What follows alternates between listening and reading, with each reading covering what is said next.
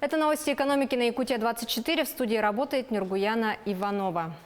Минстрой Якутии переселит 6900 человек по программе переселения граждан из аварийного жилищного фонда на 2020 год.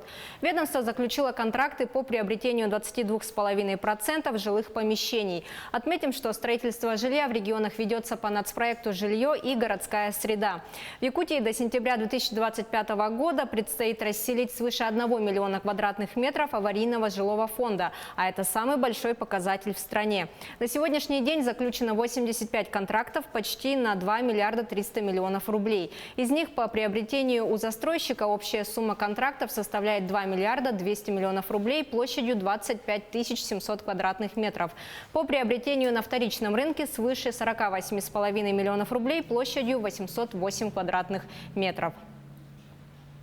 Ростех не рассматривает создание авиакомпании для Дальнего Востока на базе «Авроры». В корпорации отметили, что такой сценарий является нецелесообразным. Напомним, что авиакомпания, которую планируется создать для перевозок на Дальнем Востоке, получит около 20 самолетов Сухой Суперджет-100. Также ранее сообщалось, что рассматривается вопрос создания авиакомпании на базе дочки аэрофлота «Авроры» или авиакомпании Якутии. Не исключалось и создание абсолютно нового перевозчика, однако оно будет дороже. Тем временем авиакомпания «Якутия» после закрытия нескольких международных маршрутов из-за ограничения авиасообщения на фоне коронавируса планирует максимально переориентировать высвободившиеся самолеты на внутренний рынок. «Якутия» также использует паузу в международных полетах для того, чтобы провести тяжелые формы ремонта самолетов, так называемые Си-чек. Они выполняются примерно раз в 1,5–2 года и занимают примерно 2 недели. Отметим, что у авиаперевозчика были регулярные чартерные рейсы в КНР и Республику Корея. Мечел заключил договор о предоставлении денежного займа с Коршуновским ГОКом на сумму 3 миллиарда 200 миллионов рублей. Размер сделки составляет 7,17% от стоимости активов Коршуновского ГОКа. Согласно условиям договора, Мечел должен вернуть денежные средства с начисленными процентами в срок до 31 мая 2023 года. Размер процентной ставки не уточняется. Как следует из сообщения компании, денежные средства привлекаются для обеспечения финансово-хозяйственной деятельности. Напомним, в ноябре 2019 года Мечел заключил договор займа на 4 миллиарда рублей с другой дочерней компанией – Челябинским металлургическим комбинатом.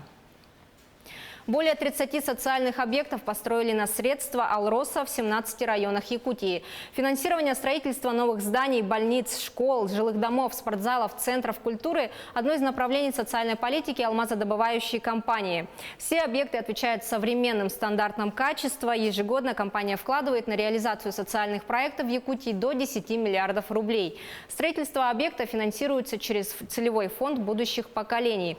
На данный момент Алроса финансирует строительство многофункционального культурно-досугового комплекса в селе Майя Мегино-Кангаласского района и поликлиники на 30 коек в поселке Батагай Верхоянского района.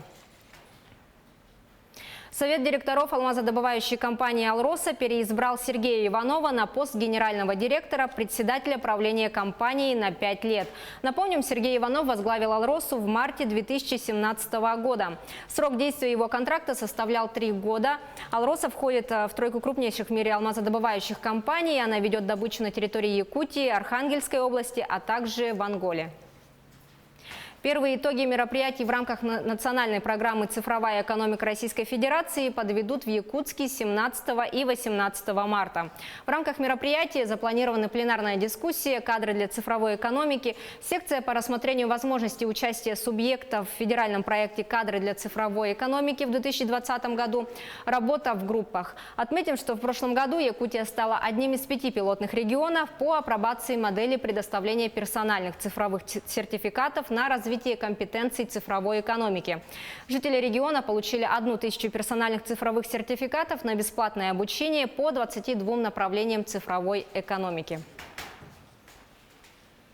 Амгинский район получит субсидии из Дорожного фонда республики на строительство мостов через реки Тиргелях и Чоллой. Взамен аварийных деревянных мостовых переходов будут установлены новые металлические мостовые переходы с устройством подъездных путей к ним.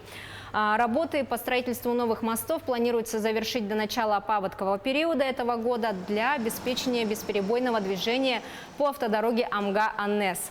Общая стоимость строительства двух мостов составит 22 миллиона 600 тысяч рублей. На этом у меня все. Оставайтесь в курсе экономических событий на Якутия-24.